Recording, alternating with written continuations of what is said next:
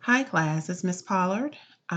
Hate that I can't be with you all this week, but I know you all are going to make me proud by putting forth the effort in your work this week. In Chapter 8, we cover managing human resources.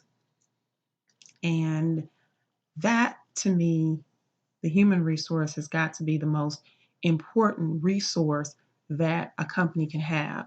Of course, there are all types of resources that companies need to run their business, but without people, you really can't manage a whole lot. So let's dive right in. If we want to formally define human resources, it is described as the human work effort, both physical and mental, that's used in the productions of goods and services. Human resources are one of the three basic productive resources for a company, and among those include natural resources as well as capital. And we're talking about natural resources. Those are the things, the products that suppliers will provide you. And capital, of course, is money. Human resources, like the other productive resources, are considered scarce. What do we mean by scarce? That means that human resources are not freely available in unlimited quantities. This is why producers must pay wages and salaries to obtain human resources they need to produce goods and services. So, another way to say that is you are born and you acquire innate traits, knowledge, talents, and abilities. Not everybody has that. So companies are going to pay more for individuals that possess those knowledge, skills, and abilities that they require for their business to be successful. Not all human resources are equally valuable to producers. Some workers are not highly skilled, or another way to say this, they're less scarce compared to others and do not earn as high a wage. Very skilled and educated workers are typically very productive, and so they are considered valued employees. These workers usually command a higher salary or wage, and examples would be a star athlete or a brain surgeon. Workers who possess significant skills due to education and training are said to have high levels of capital. People create value. People can increase value by helping to lower costs, provide something unique to the customer, or both through empowerment and total quality initiatives, as well as continuous improvement. People at Intuit, NetApp, USAA, Financial Services, and other companies add to their bottom line. Talent for human resources is rare. People are a source of competitive advantage when their skills, knowledge, and abilities are not equally available to all competitors. Top companies invest in hiring and training the best and the brightest employees to gain a competitive advantage. A group of well chosen, motivated people is difficult to imitate. Competitors have difficulty matching the unique cultures of a SaaS corporation or the container store, which get most of their employees, and other people can't match those. People can be organized for success. People can deliver a competitive advantage when their talents are combined and deployed rapidly to work on new assignments at a moment's notice, as in the effective use of teamwork and collaboration.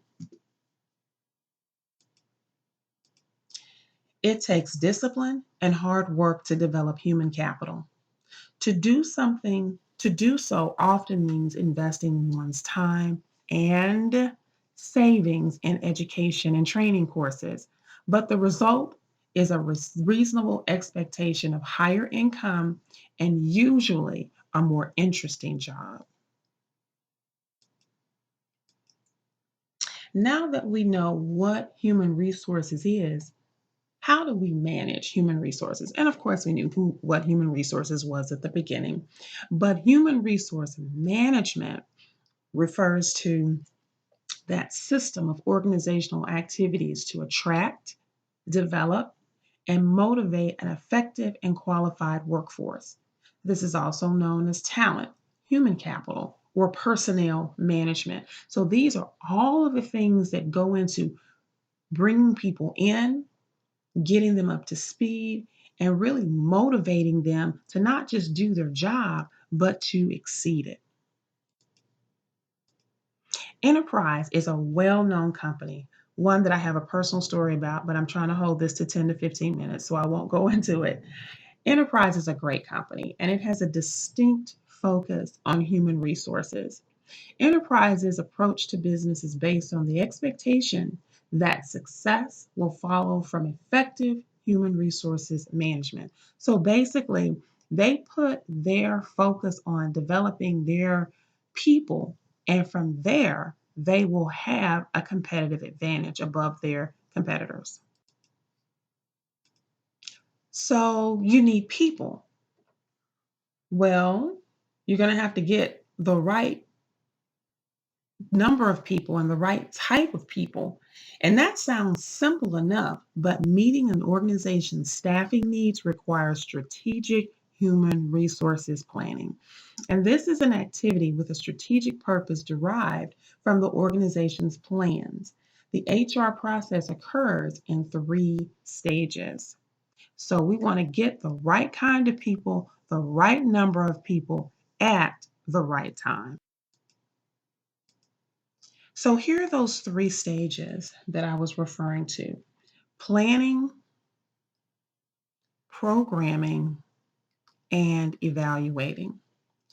Planning involves those activities that ensure the number and types of people are available. HR managers must know the organization's business plans. They need to know where the company is headed. How else will they know how to staff it? Programming. This is implementation of specific human resources activities such as recruitment, training, and pay systems. And then finally, evaluating. This is when we determine whether the people are producing the results needed to contribute to the organization's business plan. Within HR planning, demand forecasts are conducted, and this determines how many and what type of people are going to be needed. Demand forecasts are derived from organizational plans. These plans are going to require job analysis, which gives us a job description. And a description basically tells us about the job itself, the essential tasks, the duties, and responsibilities involved in performing the job. Also, we get a job from job analysis, we get job specification, which describes the knowledge, skills, and abilities and other characteristics needed to perform the job.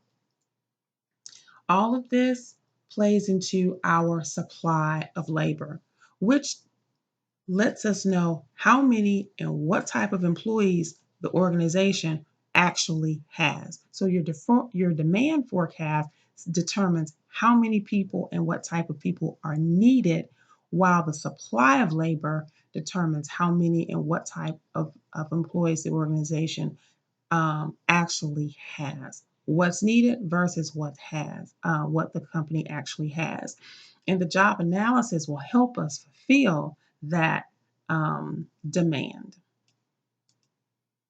So now we have to staff the organization. So it's important then that our recruitment and selection activities take place. Recruitment increases the pool of candidates that might be selected for a job. Recruitment, this is the development of pool applicants for jobs in organizations, and it can be done internally or externally, where selection is choosing from among the qualified applicants to hire in an organization. There are several selection methods. Many of them you will be familiar with. Won't quite go into all of them. Be sure to read through chapter 8. because much of the information and content refer to things that you're already familiar with. Unfortunately, staffing decisions are not just focused on hiring. Sometimes employees must be let go. As organizations and markets evolve, the demand for certain employees rise and fall.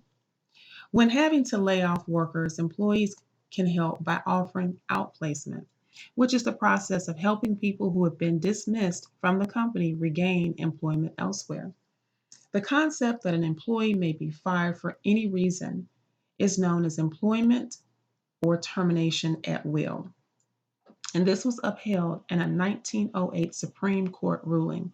The logic is that the employee may quit anytime and the employer is free to leave at any time. There are some exceptions that have to do with whistleblowing and jury duty. Today's competitive environment requires managers to upgrade the skills and performances of employees. Continual improvement increases both personal and organizational effectiveness. It makes organization members more useful in their current job and prepares them for new responsibilities. Typically, a needs assessment is done, which is an analysis of the job, people, and departments which training is necessary. Training and development are actually different concepts. Training refers to lower level teaching, teaching employees how to perform their present jobs, where development is um, promoting or molding associates to be prepared for their future jobs or future positions. Also, in referring to training, we must mention orientation training. This is training that's designed to introduce the new employee to the organization and help them to become familiar with policies, procedures, cultures, and other things of that nature. Team training is training that provides employees with the skills and perspective they need in order to work with others. Diversity training involves programs that help us to reduce the hidden biases that we may have about people that are different from us. Performance appraisal. This is the assessment or evaluation of a job and job performance. This is one of the most important responsibilities that you're going to have as a manager, assessing the job performance of an employee. You appraise the results, the behaviors, and the traits. And the purpose is administrative so that you have record, and developmental so that it helps the associate to continue to grow. Reward systems, of course, are going to be a very important part, and they can serve as actually the strategic purposes of actually attracting, motivating, and retaining people. And I think many of you would speak to the fact that how you're going to be rewarded is going to determine whether or not you will be interested in working for a company.